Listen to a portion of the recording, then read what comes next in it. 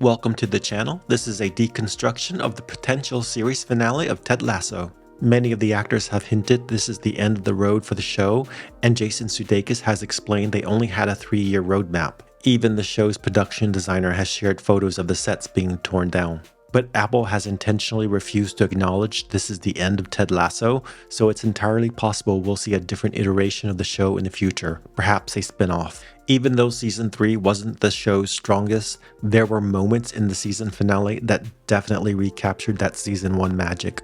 Season 3 had a bunch of meandering plots and bloated episodes and introduced nonsensical characters like Zava, when what fans really wanted was just to spend time with Ted Lasso.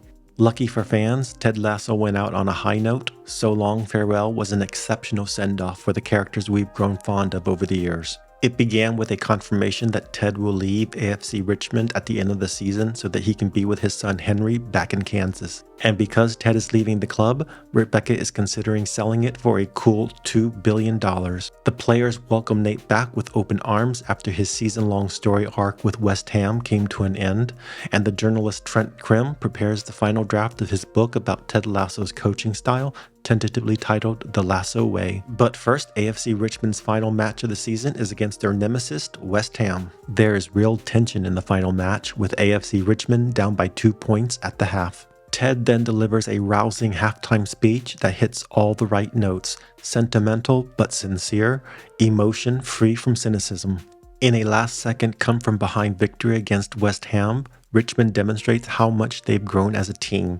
Jamie Tartt uses himself as a decoy so that his teammate can score the winning goal. Richmond comes in second place for the season after Manchester City wins their match, but the team's accomplishment is still impressive considering the string of losses they started the season with. Ted is of course modest in acknowledging his role in the club's success. He has just one edit for Trent's book, to change the title The Lasso Way, saying it was never about him. The book is then renamed The Richmond Way instead. The rest of the characters also have their storylines come to a satisfying end. Roy Kent is named the new manager of the club. Coach Beard chooses to remain in London for love. Jamie reconciles with his alcoholic father.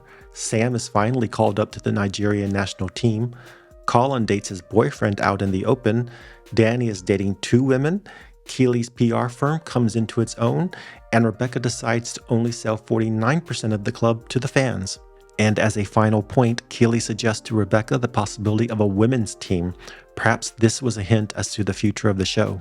Overall, even though I didn't love Season 3 as much as the previous seasons, I thought the finale was beautiful and well earned. The scene with Rebecca and Ted sitting alone in the stadium featured some of the best acting that's ever been on this show.